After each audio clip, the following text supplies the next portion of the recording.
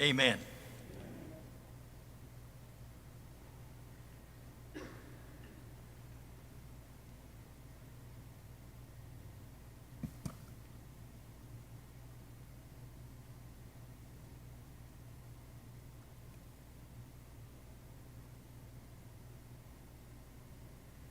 Oh, say, can you see by the dawn's early light what so proudly we held as the twilight's last gleaming, whose broad stripes and bright stars through the perilous fight o'er the rampart we watched were so gallantly streaming, and the rocket's red glare, the bombs bursting in air, gave proof through the night that our flag was still there. Oh, say, does that star-spangled banner yet wave for the land of the free and the home of the brave?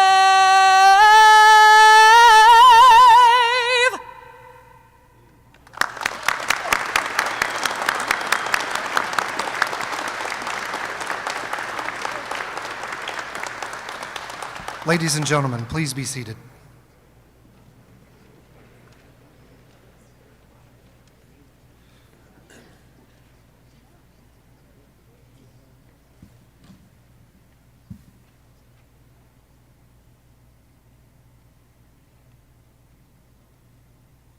Flowers are now being presented to Colonel Higgins' wife, Allison.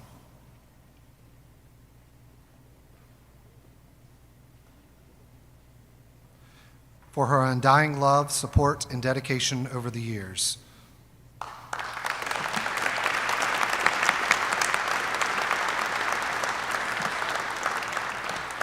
Flowers are also being presented to his daughter, Olivia.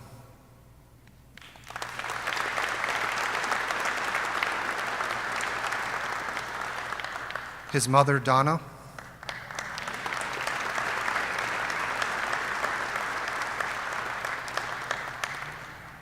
And Mrs. Cummins.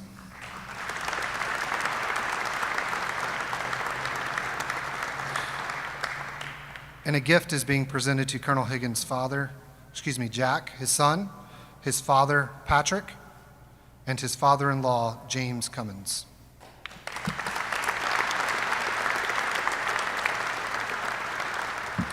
In addition to what is being presented during the ceremony today, flowers were also delivered to Colonel Higgins' mother-in-law, Sally Cummins, in Hummelstown, Pennsylvania. She was unable to attend the ceremony today. Ladies and gentlemen, the 17th Aviation Branch Chief, Major General Michael C. McCurry.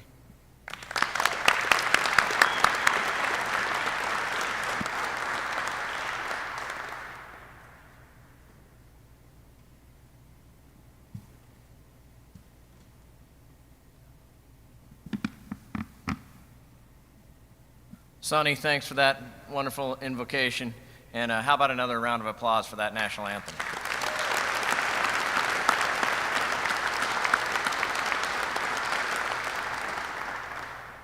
You know, the more of these I do as the branch chief, the more friends that I send into the next phase of life, the harder they get. And that is certainly true today with Josh and Allison and the family. Jeff Downer, thanks for being here to share with us today. Distinguished guests, leaders, soldiers, ladies and gentlemen, welcome to the home of Army Aviation, the shrine of Army Aviation here, and thank you for joining us today to recognize the retirement of a great American, a great soldier, and a great friend, Colonel Josh Higgins. and celebrate the service of this great Army family. As Josh and Allison prepare to complete 29 years of service to our nation, I want to take a moment to reflect on his many accomplishments and express my personal gratitude for his outstanding service. But first, let me recognize again Josh's family here today to spend the special occasion with us, including last night and then out on the field for his final flight. More about that later. Allison, of course, the stalwart of the family that keeps everything going as Josh traverses all over the world for Army aviation. Olivia, working up in D.C. after graduating from graduate school. Jack, who's junior at Belmont. Patrick and Donna Higgins, we recognized earlier. Sister Samantha, and then Jim and Christine Cummins. Thank you for being here. I know Josh appreciates you being here, and we are thankful for the support not only today, but throughout his entire career. Also, I mentioned that his flight, General Francis and I were talking earlier, and he was telling me about Josh teaching one of his daughters to drive. Dave and Jody, if you're out there, thanks for tuning in.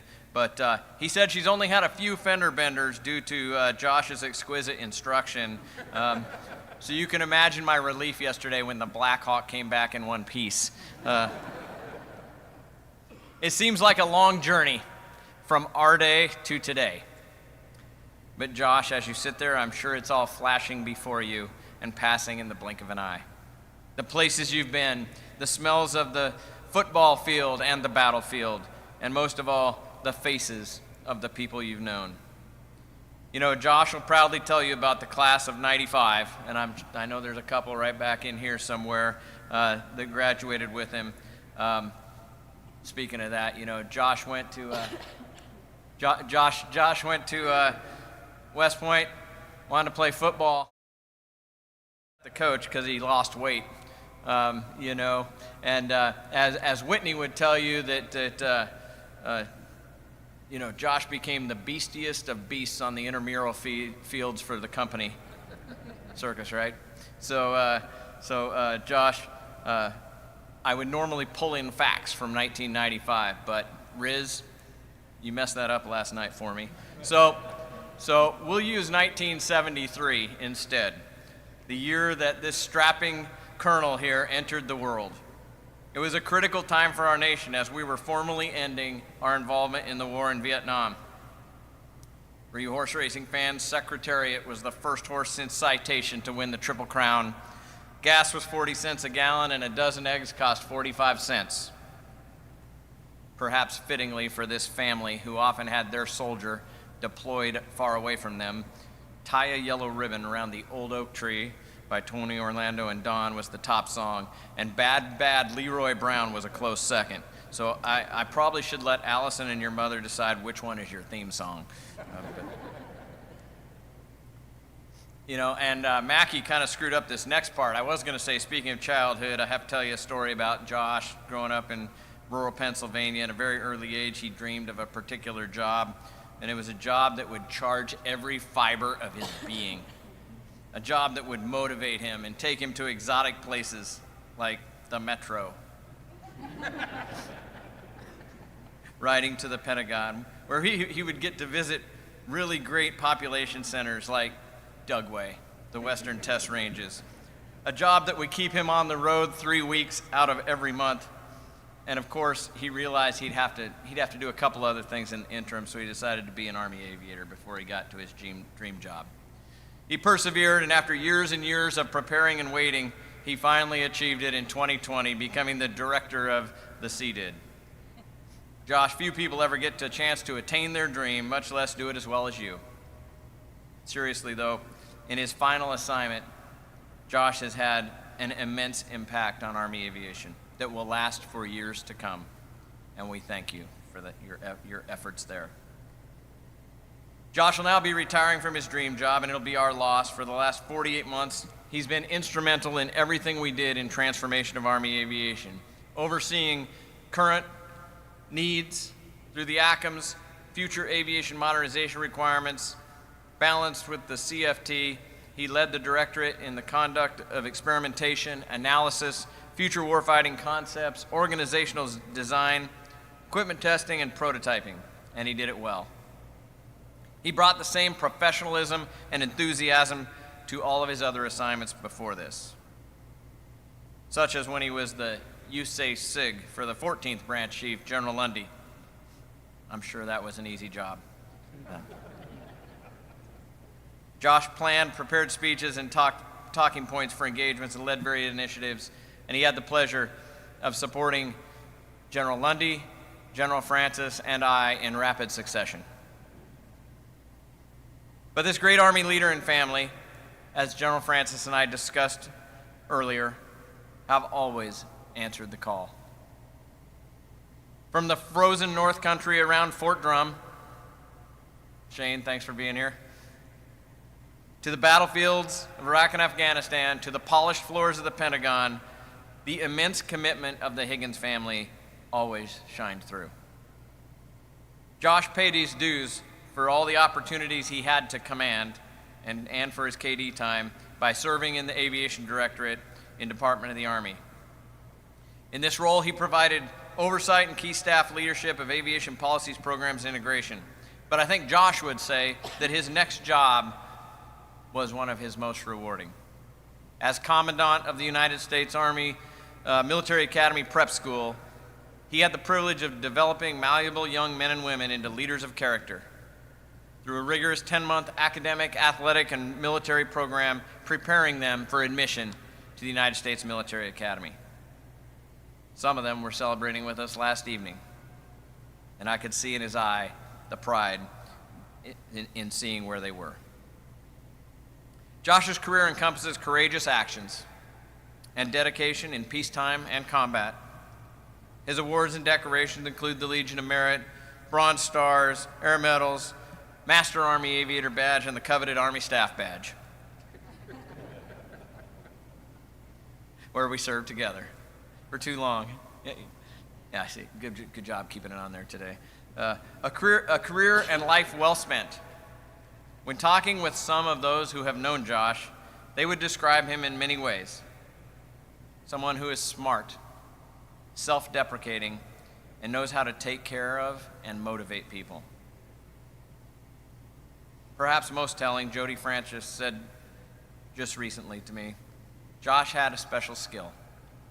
He could somehow keep the charming smile on his face while issuing course corrections to his subordinates. Josh, today the memories you take into retirement are precious and never-ending. You've made friends here for life, and you will always be a part of a band of brothers and sisters. You will always be a part of this branch and this branch family and the sacred trust. Allison, thanks for all you've done. Numerous FRGs leading the Spouses Club here. I know Josh would be the first to admit he could not have done this without you. As we all heard last night, he calls you the real rock star. Your support throughout his career in taking care of not only your family when he wasn't there, which was often, but also your support of soldiers and families that he led is much appreciated. Jody said she never met any person who cared so deeply for soldiers and families. While Josh may get to watch more Steelers football games, cook, and do other things he likes in retirement, I hope you get a chance to unwind a bit too. More time with horses. However, it is said a retired husband is often a wife's full-time job.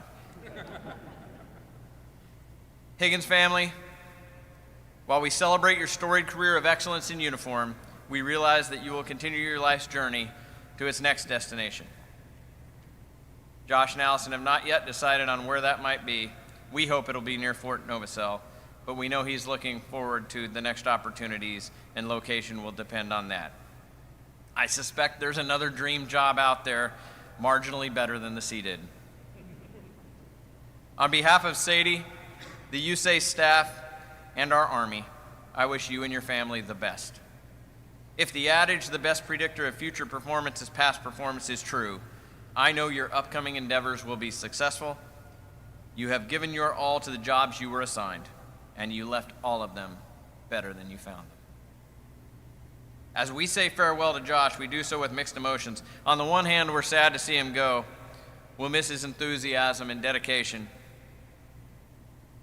But Josh and Allison, on behalf of the Francises and Sadie and I, know this is a tough day for us. Saying goodbye is not forever, but just know we are incredibly proud of your service and for your next opportunities. Thank you all for being here today and celebrating the career of this distinguished soldier, this great Army family. This will defend, above the best, Fly Army.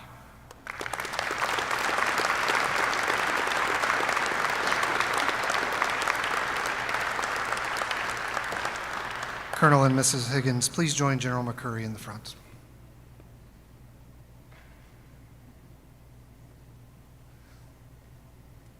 Please remain seated for the presentations.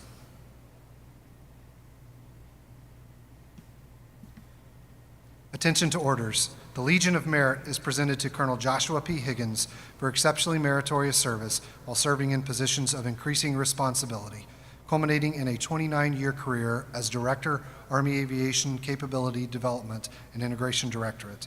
Colonel Higgins' professionalism and selfless service clearly demonstrate his unwavering commitment to the nation and the soldiers around him.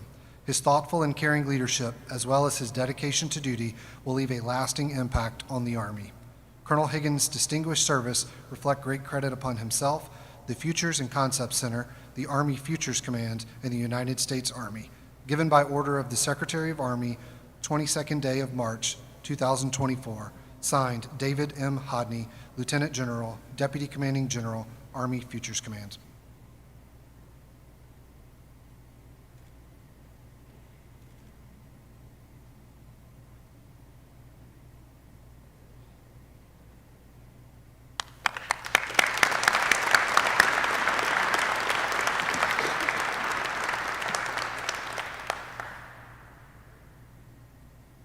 Colonel Higgins is receiving a certificate of appreciation from the President of the United States. It reads in part, "I extend to you my personal gratitude and the sincere appreciation of a grateful nation for your patriotic service to our country. Your bravery and dedication in our armed forces helped protect your fellow Americans during a critical moment in our history and contributed to a world of greater security and growing prosperity. Your devotion to duty, honor, and country, in keeping with the long traditions of the finest military in the world, embodied the American ideal of selfless service. Our nation owes you an incredible debt." Signed, Joseph R. Biden, Jr., Commander-in-Chief.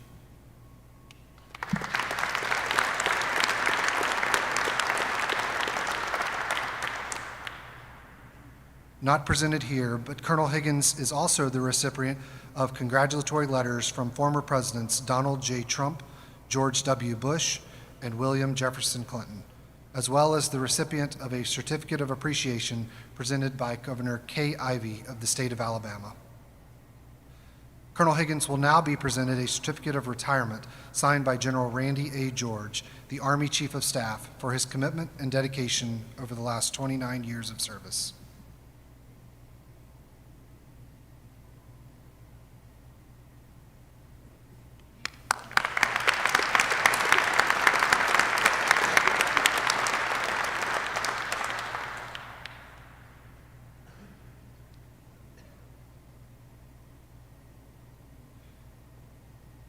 Colonel Higgins is also receiving an American flag in recognition of his contributions to our nation, our Army, and the aviation branch.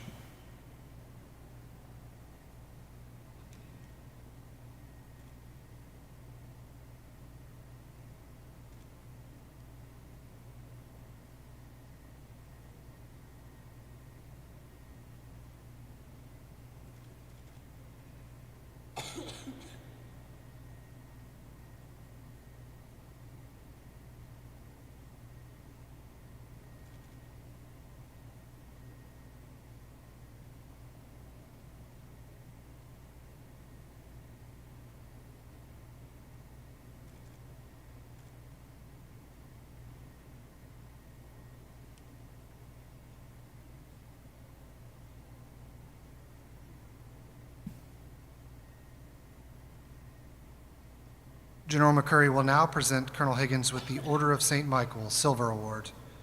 Appearing before a most arduous and discriminatory committee of tried and proven Army aviators and aviation patriots, be it known that Colonel Joshua P. Higgins was tested and found worthy of outstanding contributions to the community of Army aviation and is hereby inducted into the Honorable Order of St. Michael Silver Award. The Archangel St. Michael is the embodiment of courage, justice, and gallantry.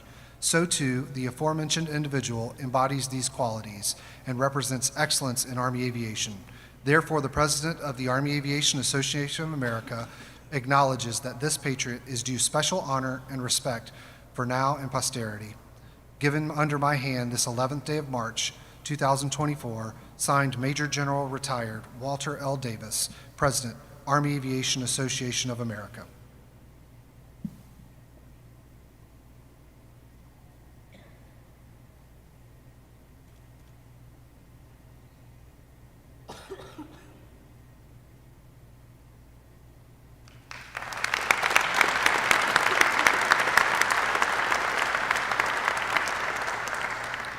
Ms. Higgins, if you'll kindly switch places with your husband.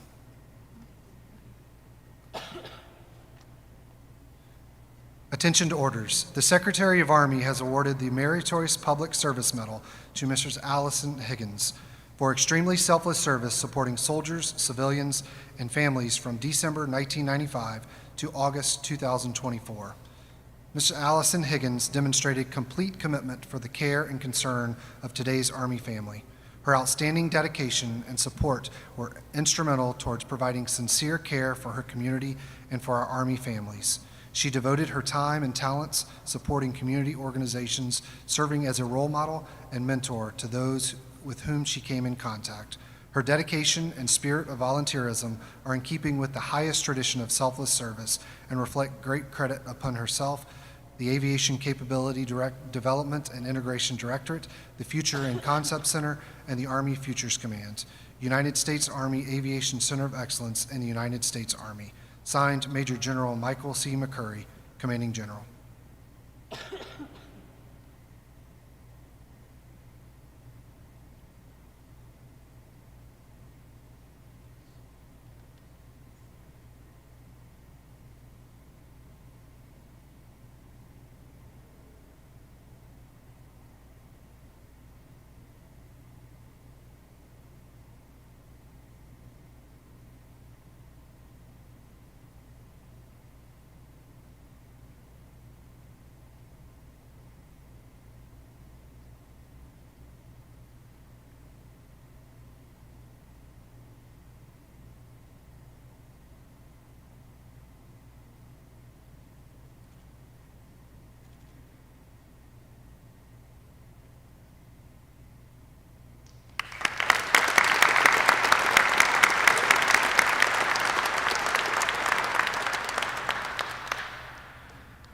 Mrs. Allison Higgins is presented with a certificate of appreciation on the occasion of the retirement of her husband from the United States Army. In grateful appreciation for your own unselfish, faithful, and devoted service, your unfailing support and understanding helped to make possible your spouse's lasting contributions to our nation. Signed, General Randy A. George, Army Chief of Staff.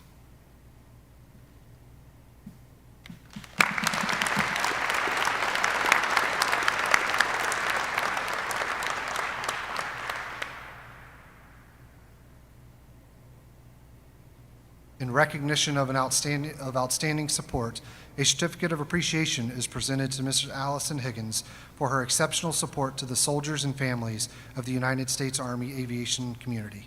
We express our unending appreciation. Your contributions are recognized, and we are truly grateful. You are truly above the best. Signed, Major General Michael C. McCurry, Commanding General, Chief Warrant Officer 5, Michael A. Corsero, Chief Warrant Officer of the branch, and Command Sergeant Major Kirk R. Coley, Command Sergeant Major of the branch.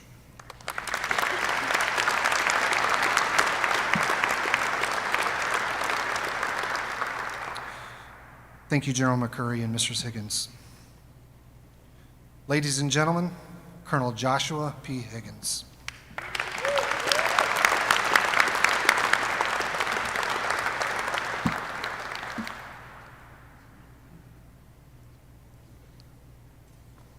I have to lean over. Otherwise, you won't be able to hear me with these microphones, so I apologize up front for this. But I've been up at this microphone enough to know how it works, and I think you all know that. I just wanted to start a little bit before I get into my speech, and I have a prepared written speech that I'm going to stick to the entire time. But for my sergeant majors out there, I just want you guys to know that I brought my bow tie, and I'm ready to put it on. That's a joke. That's a joke from the ball. I wore this uniform, I threw the bow tie on. It's not authorized, but I thought it looked good. When you're a 29-year terminal colonel, you're untouchable. Especially when you're about 3 weeks out, you know? And I actually wore brown socks today to make you guys happy. I didn't wear the white ones, and I've got most of my accoutrements on today, so I want to do that. I realize, too, half of you in the crowd are here because you can't believe I'm still in the Army, and especially for my classmates that are here, I know, there's a lot of eyeball rolling out there, they can't believe it. And then the other half of you can't believe I'm actually leaving the Army at this point. So we'll get started here, but Major General McCurry, Sergeant Major Coley, CW5, and Sook Corsero, distinguished guests, friends, family, thank you for attending our retirement ceremony because this really is a family event. Allison and I are truly appreciative of all those that have traveled. And I said this last night, and I'll reiterate it is, I can't believe some of you would waste your time to come down here and watch me retire.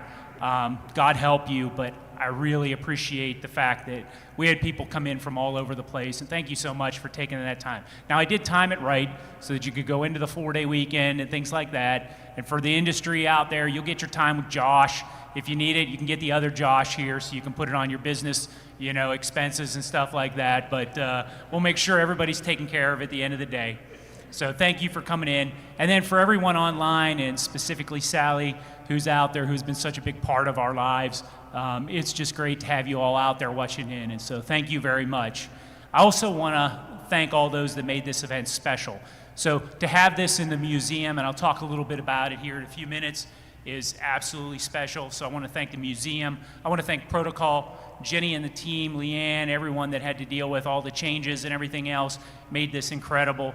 My seated family that did last night's event, that was the absolute perfect event. Everything was wonderful, just had such a great time. Sonny, thanks so much for coming out here and doing the invocation. Wouldn't be the same without you. And Mackie, thanks a lot. I trained you well, if I do say so myself. Thanks so much. It's special to me to end, what I consider 33 plus years of service. It'll be 29 in a few months at the end of this thing and everything here in this museum. Because as you look around you, I think for all of us aviators in here, this museum has been part of our lives from flight school and then multiple times. I have given horrible speeches to graduations, to retirements, to balls, everything else. I was a lieutenant, I got pinned in here, my wings coming out of here. You just go through that, the career course. It really is a part of our lives. And, this museum is part of who we are as a branch and as an Army. It's a reminder of where we came from as you look around and where we're going, but most of all, it's a reminder of who we are. And I'll talk a little bit about that in a second. As you look around, and I'd ask you all, just take a look around. There's incredible pieces of metal in this museum. Absolutely incredible pieces of metal in this museum. Now, I would remind you, and given my current job, all built by the lowest bidder. But it's really the people that bring them to life. Helicopters or aircraft do not do attack, reconnaissance, air assault, medevac missions. People fly these machines, people maintain them, and you can see that as you look around here. In the displays that draw your eyes, there's action there. So people fuel them, people execute those incredible missions, people sacrificed and take action. People are all that matter. That's what I've learned in 33 plus years of doing this, is that the only thing matters is the people out here. I know a lot of you are sitting there right now going, good God, he's been doing this for 33 years, he looks so young. I know there were a couple in there thinking that. All jokes aside, just making sure I have page 2, Rich, you know? I'm here today because people cared and invested in me throughout my career. And I'll talk a little bit about that as we go through here. And I'll name a few of them today. And I have a laundry list, so it's 1340. I won't go as long as the chaplain did during his promotion. But for those of you that were there, but I'll get on with it, and I won't bore you with any of this. But you know what? No one's ever going to remember anything that Josh Higgins did. None of the individual accomplishments, none of the numbers really matter. It's not important. What's important is the positive impact that I tried to make on those around me in my organization. For those of you that really know me, you know I tried like hell every day. I like to think that I'm a small part of this legacy, this aviation branch. So today is really not about me, it's all about each of you out there. I want to take the opportunity to recognize you because I would not be here, our family would not be here if it were not for all you. And, you know, people, I understand that people have lives to live, planes to catch, all that other type of stuff. And so here it goes. I'm going to go chronologically, and I'm going to throw a couple stories in there, and then I'll close with my family. So, Major General McCurry, thank you for your comments today. Those were great pictures, sir. You have skills, mad skills, and thank you for the little roast and everything else. And then the team roasted me last night. You know, I love it, and thank you so much for that. And I appreciate your leadership and hosting this event today. So first, I got to start, and it was alluded to, but I got to thank Army football. The reason is because I probably wouldn't have gotten into the academy without it. As was alluded to, I lost 60 pounds. You can't play center in a Division I college after you lose 60 pounds. And so, yes, they were tired of me and they were a little angry. So Josh got the boot off the team, but they got me into West Point.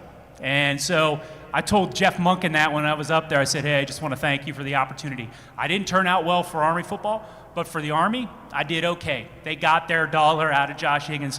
I got some of my good friends out here and everything, so I want to start by that.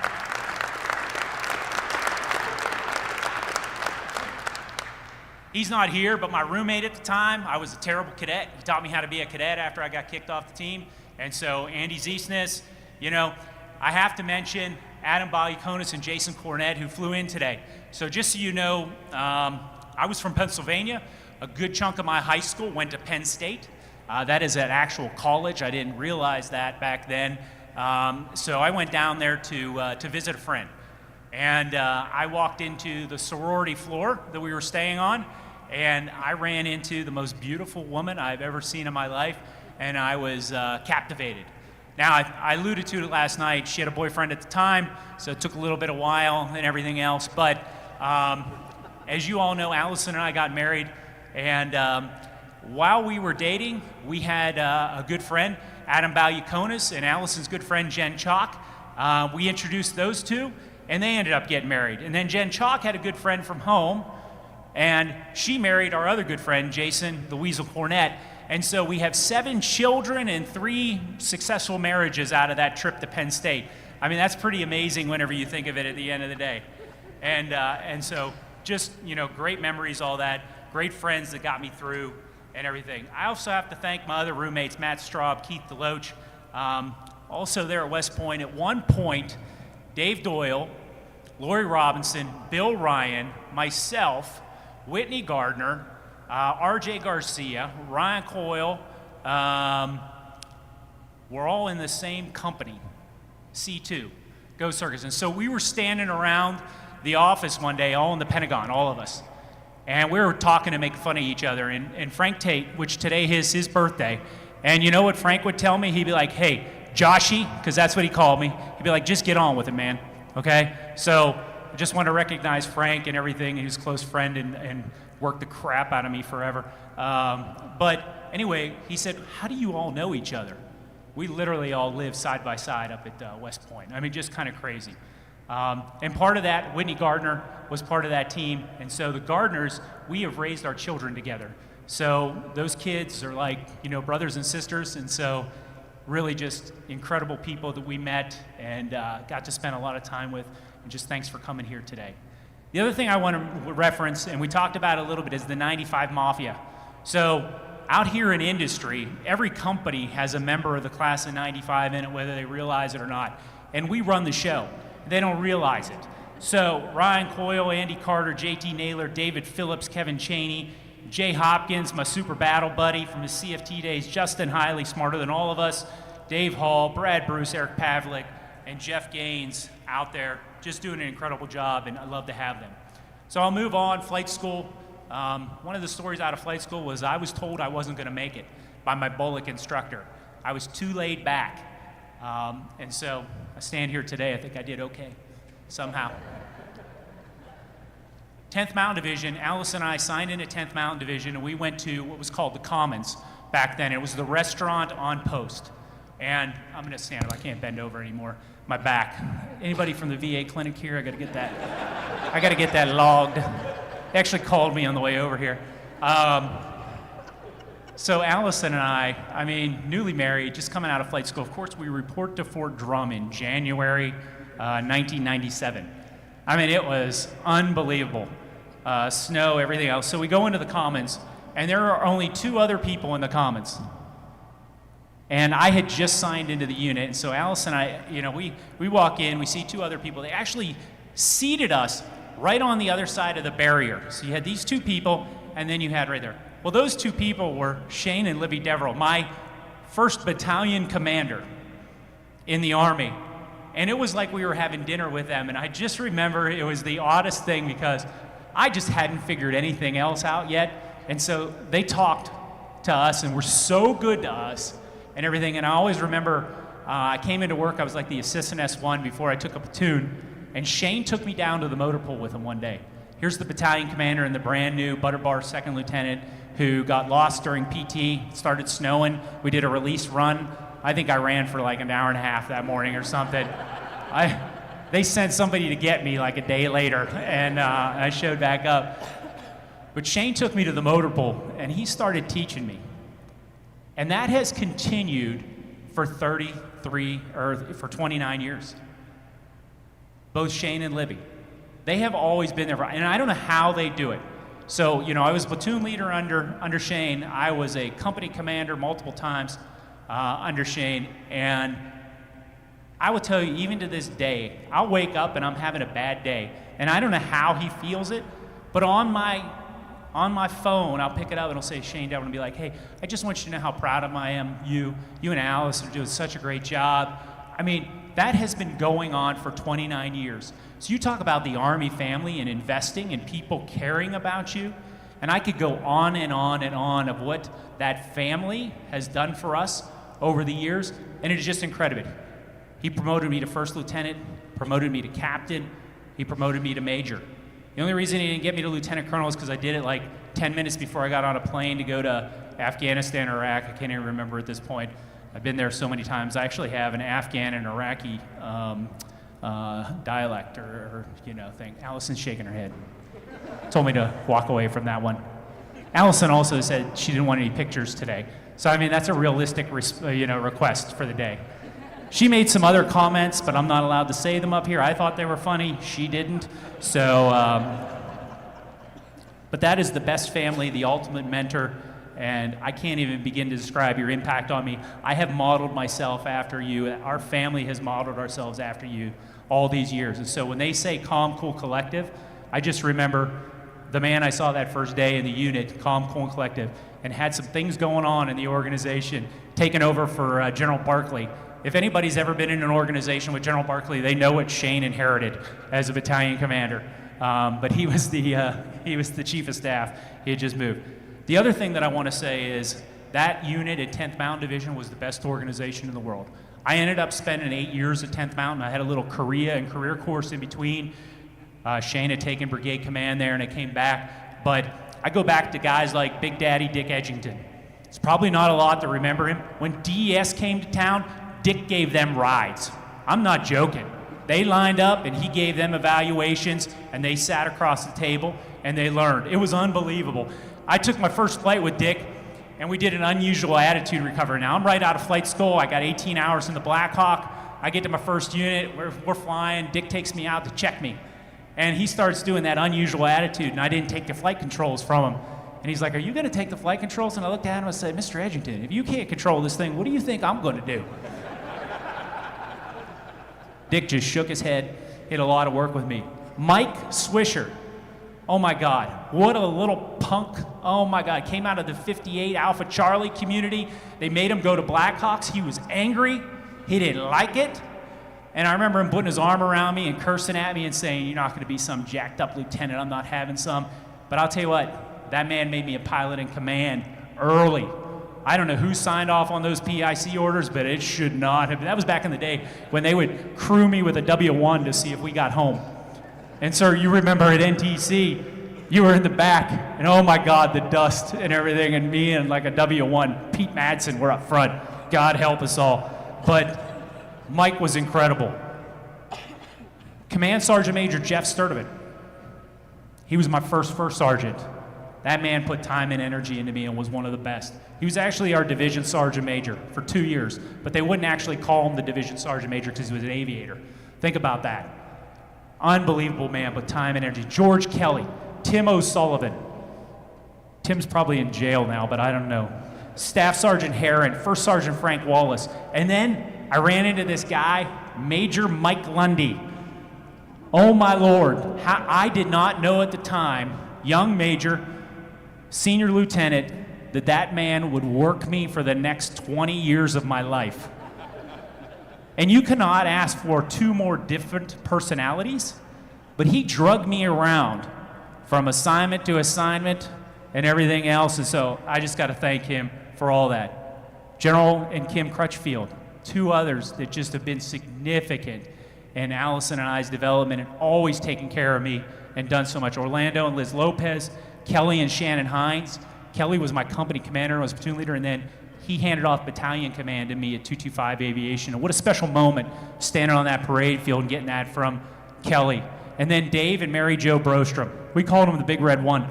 I saw Dave the other day at Quad A, and he was still cursing and angry. I used to take him to lunch. When I was a battalion commander, I would take him to lunch, and he would tell me how to fix all the problems in my organization. So Ken, I apologize, but just incredible. Then I went to HRC, and I ran into this guy, Bob Dewar. Just one of the best. Bob was so good to me. Of course, I did all his dirty work at HRC, so he didn't have to. And then when you talk about the team that poor Bob had, he had me and Scott Haskin, Tory Burgess, Tom Von Eschenbach, and Hank Perry, working for him. What a bunch of goofballs. Sorry, Bob, we weren't more effective. You probably, it'd be a 4-star by now if we hadn't brought you down. But we loved every day of it. And then at the end of company command at 10th Mountain, we were transitioning with 25th in Afghanistan at Kandahar in 2004. And I saw this major rolled into a town about 3 months before his unit rolled in. And his name was Dave Francis. And what they did was they had sent him ahead to figure out what was going on in Kandahar. And so he flew with my company for 3 months. And finally, his battalion commander said, no more flying, you need to be the 3 and everything. But that's where I met General Francis. I had the opportunity coming out of CGSC to go work for General Lundy once again. And so, he told me where I was going, so I got my first choice coming out of CGSC. I think the conversation was like, hey, you're coming to the 25th. And I was like, well, sir, I was supposed to, he's like, nah, you're coming to 25th. Just don't worry about it, I got it. And so I did, but I got to work for General Francis while I was there. And the Francises lived right behind us. And so their older girls raised our younger children. They were such an integral part of our family throughout that time and continue to be. In fact, they called me this morning just to spend some time together and talk, and we laughed hysterically. Allison would not have been sane nor been able to get her master's degree or even breathe because I was gone for most of those 7 years in Hawaii, and because of those Francis girls and Jody, and they were just tremendous to us, and I can't even describe how much. I mean, General Francis traveled to Johnstown, and in my grandfather's backyard, he was 93 at the time, we did my promotion. Who does that? And it was just like the best. All the goofy people, in our family came out of the hills, and we had Polish food and everything. It was crazy. But anyway, General Francis and Jody came, and it was just the most wonderful thing. Dr. Ken and Grace Hawley. I've been with Ken now for like the last 15 years of my career. He was my brigade commander when I was a battalion commander, and then he worked for me in the CDID. So remember, I talked about it last night. If you look out here, how many people, who I used to work for now work for me? And I made Ken's life just hell. I just worked him. Now, he counseled me every day. He would flip the tables on me and counsel me. But Ken and Grace, thank you so much. Just wonderful. Joe Rowland, Leon Cardona, Buck and Brandy Buckner, who came here today, one of my field grades, who just did tremendous work. Thank you so much. TJ and Lynn Decker, also, that was like the dream team for me. I can't thank you enough for making Battalion Command just the absolute best. Sergeant Major Akpinar, Sergeant Major Dave Marrero, one of the superstars Sergeant Majors in our branch, never met. I mean, just unbelievable. Just great people. My first sergeants. So all my company commanders got out of the Army, other than one. But my first sergeants all went on, and they are sergeant majors and doing incredible things. So Julio Santos, who's here today, Kristen Hughes, Kofi Primus, who's like running the world now for the transportation community. I think he's like a 3-star sergeant. I mean, unbelievable. I talked Mackie, Brian and Misty Watkins, who were, field grades with them, Tom and Jill Barrett, Rob Bryant, my best friend, 3 years of grinding with General Lundy and General Francis. I mean, just the best. Then I went to Damo AV, Mark Ott, Patrick Schuck, who were here today. Thank you so much for coming, Matt Brayman. And then from FDV, Travis McIntosh and Lance Van Zant, who were my brothers in crime for that one. And then at the CDID, General McKean, who took over as FCC, Lieutenant General McKean, just wonderful to me. So as everybody knows, aviation starts with an A. So I was always first in every briefing. And we never knew what General McKean wanted. He used to play What's in My Pocket, as we used to say. And in fact, one of the guys hot mic'd that one day while he was on there. He didn't appreciate it, but we all got a pretty good chuckle out of it and stuff. But he would use me as the play toy to teach all the other CDIDs what right looked like and stuff like that. And so we had a special relationship, the two of us, and stuff. General Hodney here at the end has just been wonderful. Also, got to spend time with General Gaylor. Glenn and Sheila Rizzi put on that. Thank you so much. I think I've toned Rizzi down a little bit over the years. I mean, 4 years of kind of working on him. I mean, that is like my biggest leadership challenge right there in front of me. Stuff tires me out. Tim Dargy, Len Eichhorn. I mean, these are icons. Jeff Less, Andrea, Chris, all the directors. When you're in the CDID, you go through like 20 directors. So I'll just go real quick. Bart, Ryan, Brian, John, Nick, Mike, Woody. Love my Jagam, Woody. Dave, Marcus, Don, Rick, Bob, and Sarah. Thank you so much. Sergeant Major Q, Quackenbush, the best. Sergeant Major Baldwin, although they're making you leave me in like 6 months, that's a bunch of crap. Where's that strength manager? So, also, and sir, yesterday you said I was number 2 behind General Rugen, of all people. I've made a career of being number 2. So I looked around. Everybody thought that was hilarious yesterday. Although Jody Francis this morning said I'm number 1. Number 1. So.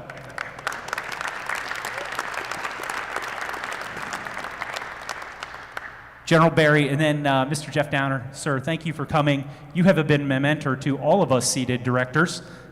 Between myself and Mike and Tom von Eschenbach calling you all day and all night saying, what is going on here? How does this, and your patience with us and the time that you spend with us, thank you for mentoring us through all of this.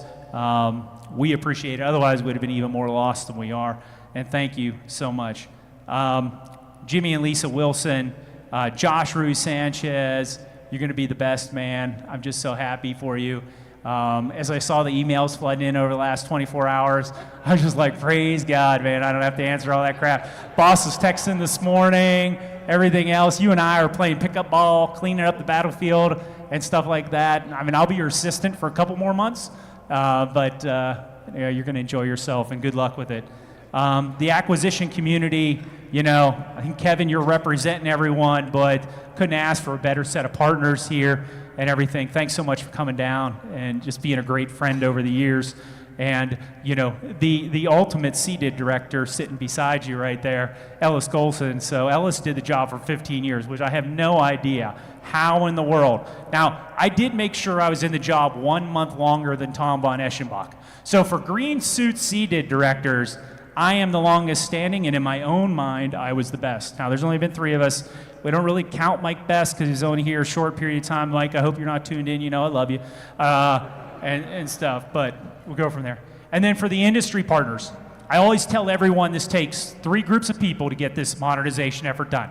It takes the seated on the requirements side, it takes the PMs to get the program done, and it takes industry to listen to us and move the metal and get the stuff built. If all 3 are moving in the same direction, hooking and jiving, then hey, we're going to get some stuff to the soldiers that is going to be good quality equipment, okay? Now, Marcus, I see you there. It's not the Ag 2 that we just bought. So I just wanted to make sure that you got that one. There's a couple people laughing. Anyway, stuff. You're sitting beside Crawford too, but I won't go into those jokes stuff. So anyway, but I want to thank all the industry partners that came here today and everything.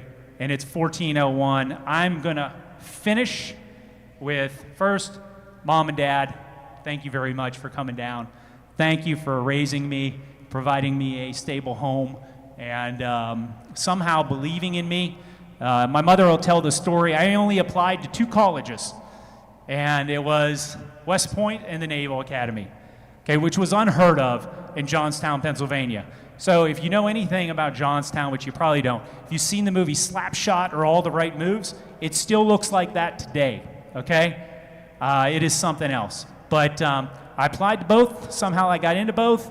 And I chose West Point, which is crazy. My mom said, hey, you should apply to the college down the road here because you might not get into it. And I was like, oh, Mom, I'm good. I'm getting in. Don't worry about it. Somehow I did. Thank God. Otherwise, I'd have been cutting grass for another semester or something like that. So, Mom and Dad, thank you so much. Jim, thank you. Christine, Sally, if you're listening out there, thank you so much. Allison is just the best. And I thank you for that, and thank you for your support through the years. Everything from watching our dogs while Allison was in Korea with me to, just supporting us, coming to watch the kids, both sets of families and stuff like that. Mom, Dad, jumping on the plane to come out to Hawaii to watch the kids, everything else, thank you. And then for Olivia and Jack, thanks for being such great kids. I'm so proud of you, so proud of the adults that you're turning into today. I love you both so much. You are absolutely the most important thing in my life, and I know I wasn't always there, but I was always thinking about you and doing my best for you. I almost held it together. And then I'll close with Allison. Love you. You're the best. Couldn't have done it without you. So, all right, let's close this thing out. I just want to say thank you all so much. I'd like to end with a moment of silence for all those we've lost defending this great nation on Memorial Day. Too many good friends over the years. So with that being said, just a moment here.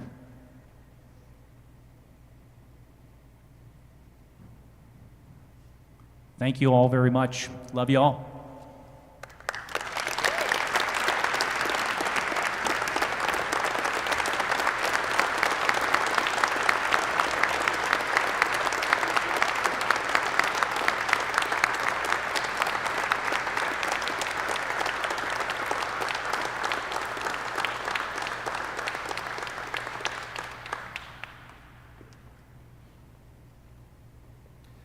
Ladies and gentlemen, please stand and join us in singing Above the Best and the Army Song.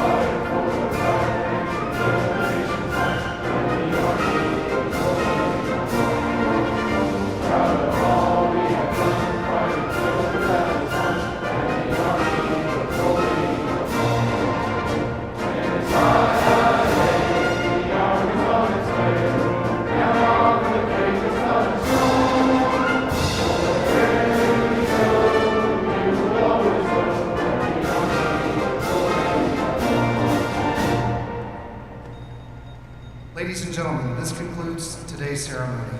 We appreciate your attendance. At this time, you are cordially invited to bid farewell to Colonel Higgins and his family at the front of the stage.